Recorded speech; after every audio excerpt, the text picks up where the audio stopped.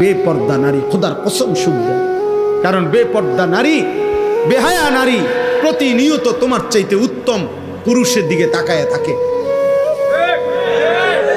যেই নারী টেলিভিশনের নায়করা দেখে, যেই মহিলা ঘরে বসে বসে টেলিভিশনে অন্য পুরুষ দেখে, ওই এ বেডির জামাইরে কেমনে পছন্দ করবো, কারণ এ বেডির জামাই চাইতে তো ওইটা তো আরো বেশি সুন্দর। ওই বলবে যে আমার এটা কিটা দিছে, হ্যাঁ আমার দিয়ে একটা অজাত আমার কোহালে দিল, বলেন আমার দিছে কিটা একটা আড্ডি ধরাইয়া,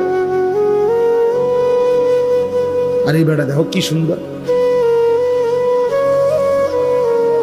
এই সুযোগ কে করে দিল?